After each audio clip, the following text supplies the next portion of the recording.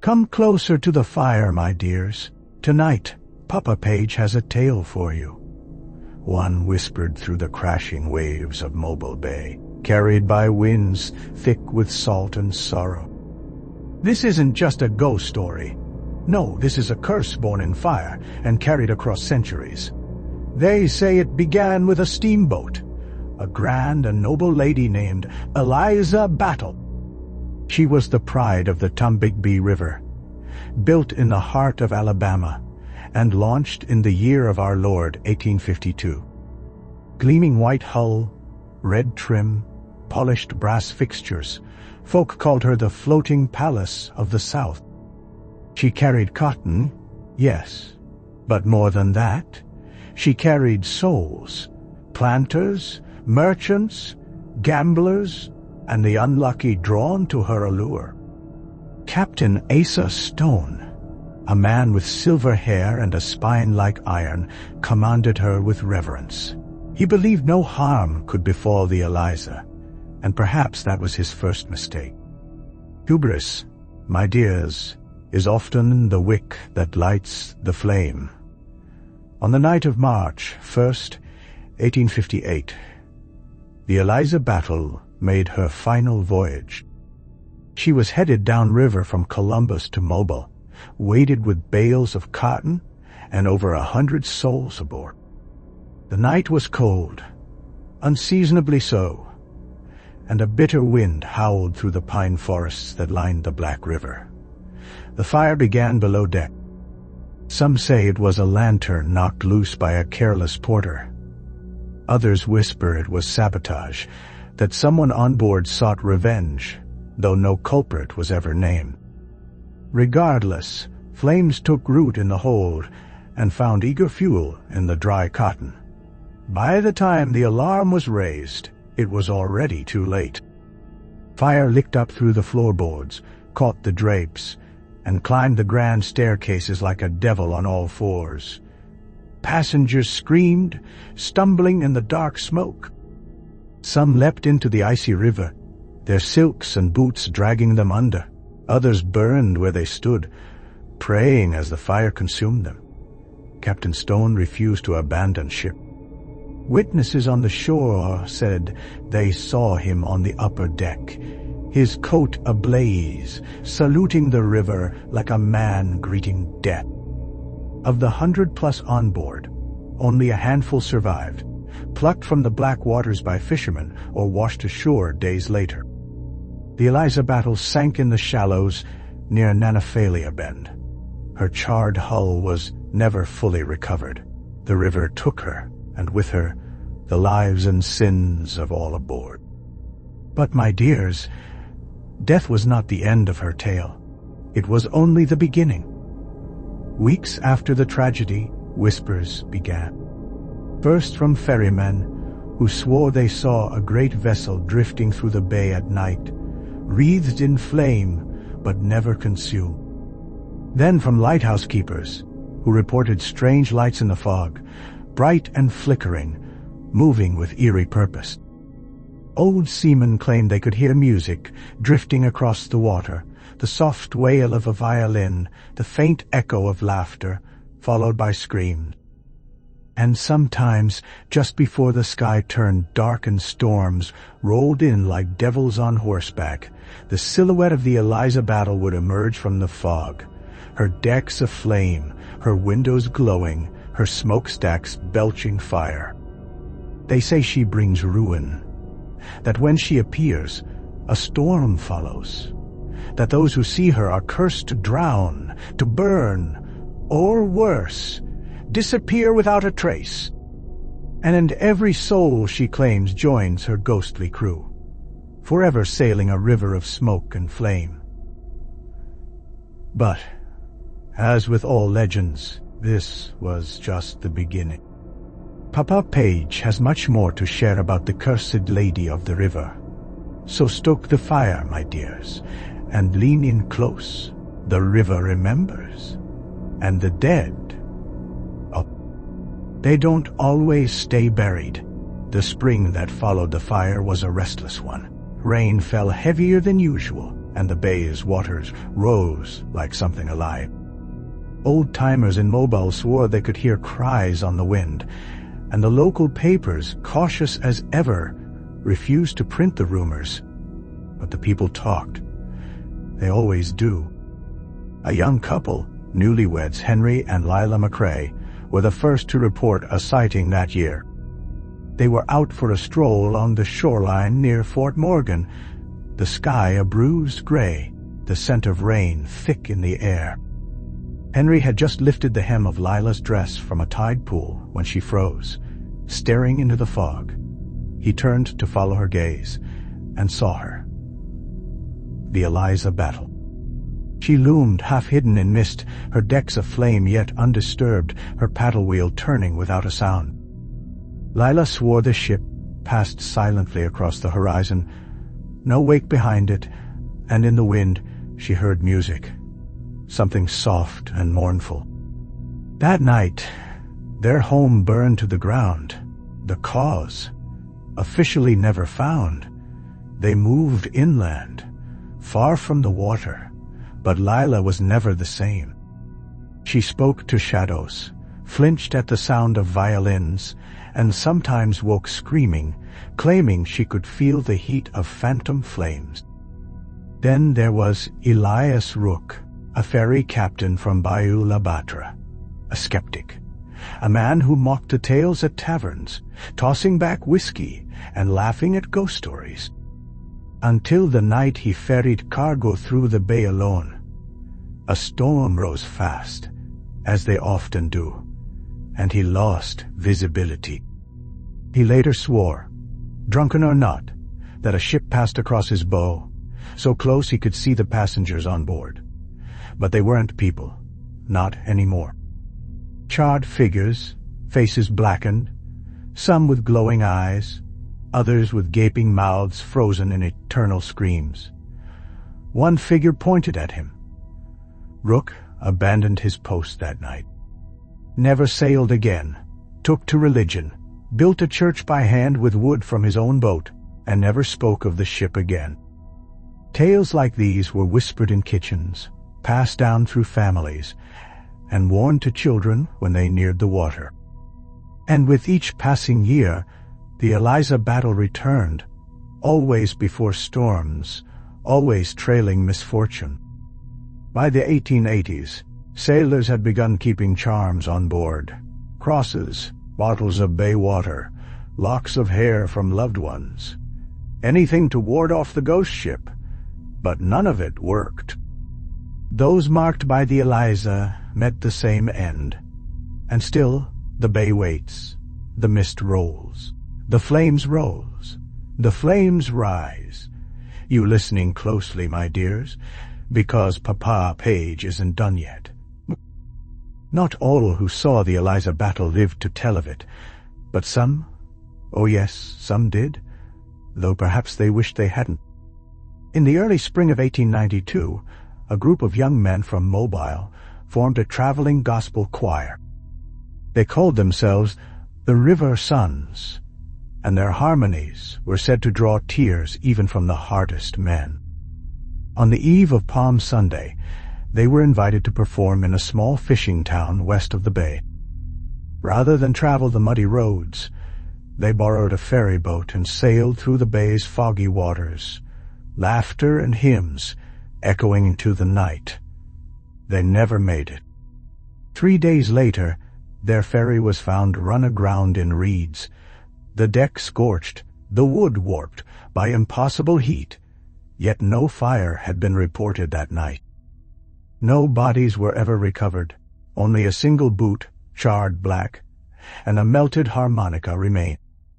And then, weeks later, a fisherman named Ned Collins heard music while casting his nets under a silver fog, not from the shore, no, from the water. Harmonies. Male voices, layered and mournful, singing an old hymn about salvation. But they were too slow, too hollow, as if sung by men whose lungs no longer breathed air. Ned never returned to the water again, gave up fishing, sold his boat for pennies, and moved inland to work as a grocer.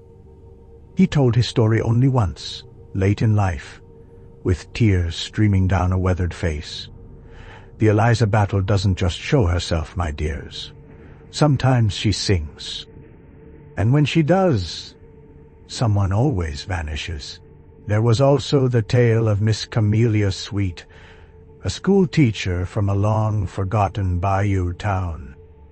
She was known for her beauty and her devotion to her students. Camellia often stayed late, grading papers by oil lamp while storms roared outside. One night, she spotted lights bobbing on the water beyond the schoolhouse, too large and too many to be from a simple boat. Curious, she stepped outside and saw a ship illuminated in eerie firelight, drifting near the shore. Voices called out from it, familiar ones. Her brother, who drowned 5 years prior, a student who had disappeared last winter. They beckoned to her, arms outstretched. Camellia vanished that night. All that was found were her shoes, perfectly placed at the river's edge, and a single page of arithmetic, scorched at the corners. The Eliza Battle had called again. No one truly knows what she wants, why she comes, or why some hear her music while others see only her flame. But one thing is certain, the river remembers every soul it ever touched, and it's greedy, my dears, greedy for more. So hush now. Don't speak too loud near the water. And if you hear music when none should be playing, do not answer. Do not follow. Do not listen. In the winter of 1905, a man named Clarence Duval took up residence in the Middle-Bay Lighthouse, a lonely structure rising from the waters of Mobile Bay like a skeleton finger pointing to heaven. The previous keeper had vanished without a trace, his boots left by the edge of the dock, a journal soaked with brine and burned at the corners. Clarence was a quiet man, widowed young with no children and no ties to the mainland. He found comfort in solitude, in routine, morning log entries, maintenance, polishing the lens until it gleamed like the eye of God. But even Clarence, steady and sober, began to feel the weight of something watching from the water. It started with music, faint, distant, never quite there when he opened the shutter. Then came lights, dozens of them, flickering beyond the fog, shifting in strange patterns like dancers on an invisible stage. On moonless nights, the foghorn would cry on its own, long and mournful, even when the sea was still. Clarence wrote it off at first. Too much isolation, not enough sleep. But he couldn't ignore what came next. One night, in the heart of a thunderstorm, Clarence spotted a fire on the water.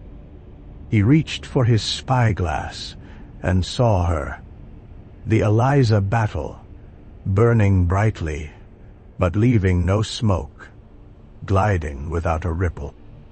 Her decks were crowded with blackened figures, some waving, some weeping, some simply staring with hollow eyes. Among them, Clarence saw his wife.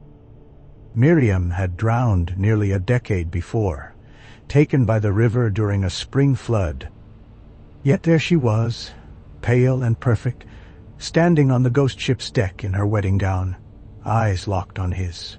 The lightkeeper fell to his knees. He didn't sleep that night. The next morning, he climbed to the beacon room and didn't come down for 3 days. When a passing vessel finally stopped to check on him, they found Clarence seated beside the lantern, eyes wide and glassy, muttering a single phrase over and over. I saw her. I saw her. She's waiting. They relieved him of duty, of course, sent him to a sanatorium inland.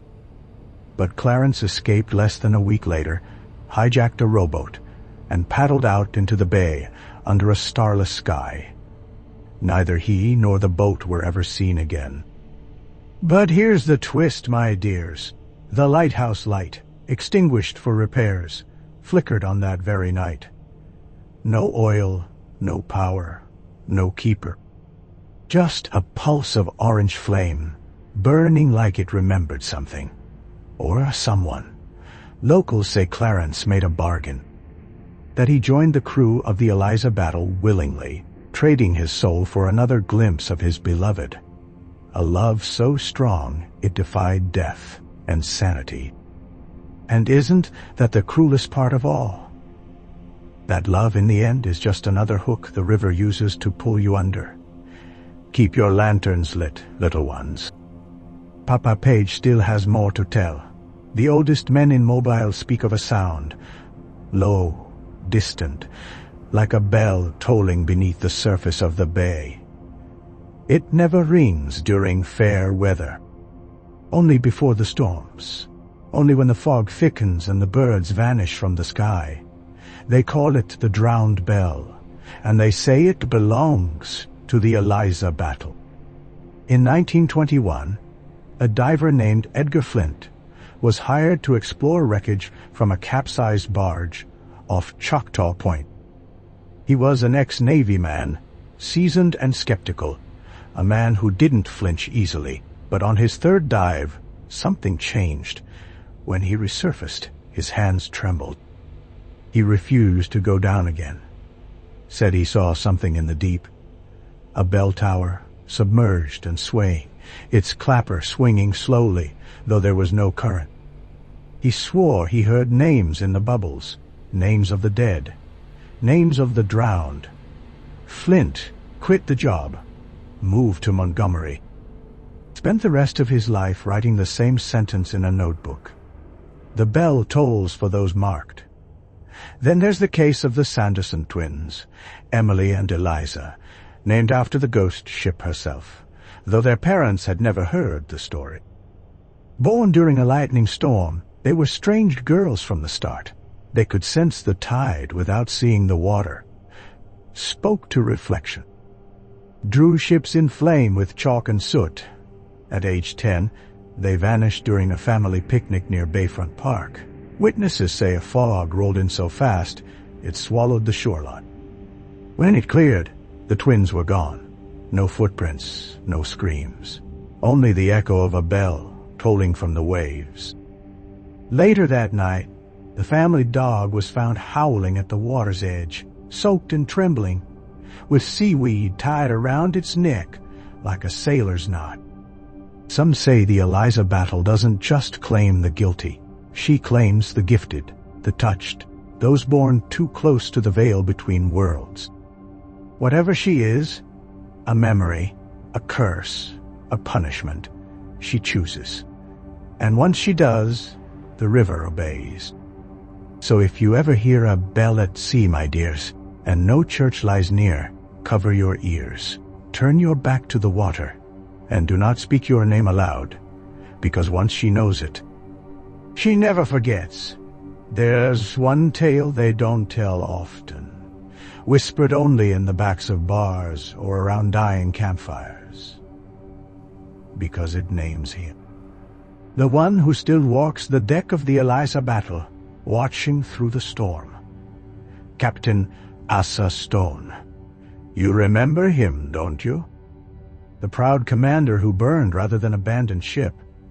But the river didn't take him like the others. No, it kept him. Fishermen claim that when the ship appears, they sometimes see a tall figure at the helm, hands blackened, but still gripping the wheel. His face half burned, half frozen in a sneer.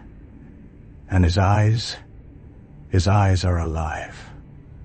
Not human, not gone, alive.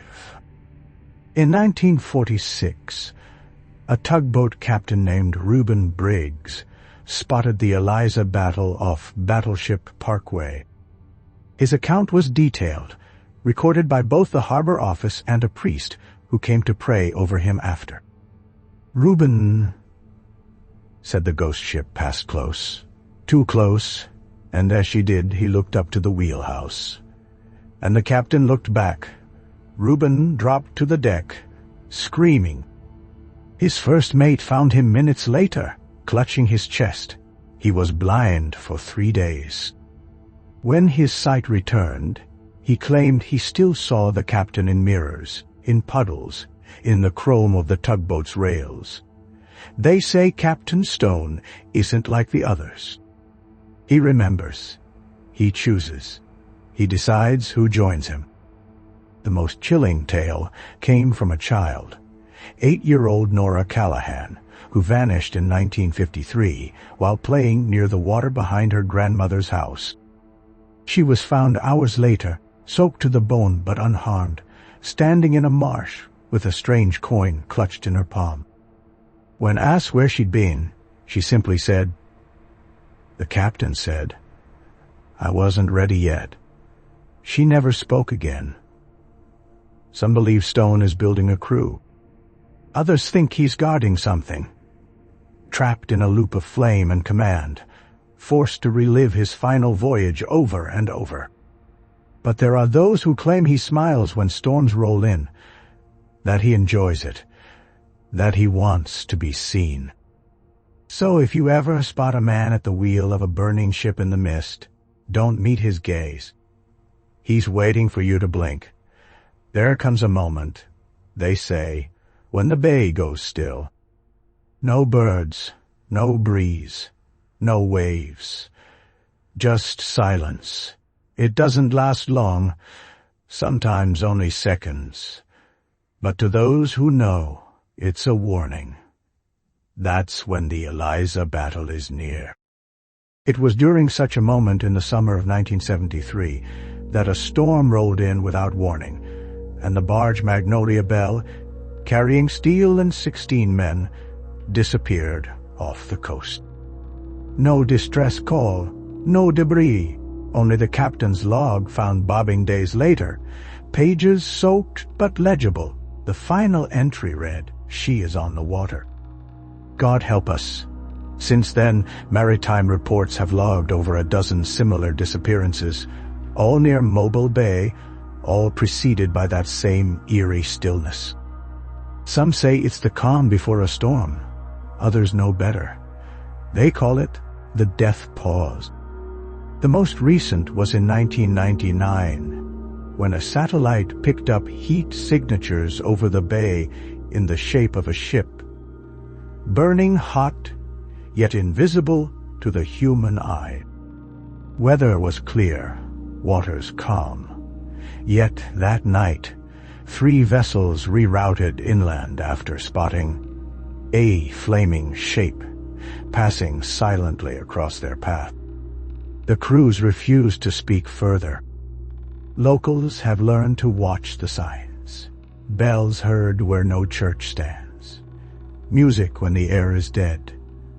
A ship's light in the fog that vanishes when approached. And always the silence. And so the Eliza battle continues to haunt Mobile Bay, her decks aflame, her captain watching, her dead whispering through the fog. Not just a ghost, but a presence, an echo that grows louder with each retelling. Perhaps she waits for something. Perhaps she's a warning. Or maybe she's just hungry. So remember this tale, my dears. Tell it when the wind is still and the water black, when the fire flickers low and the night feels too heavy on your chest. Because if you ever find yourself on that bay and everything goes quiet, don't move, don't breathe, and above all, don't look for her.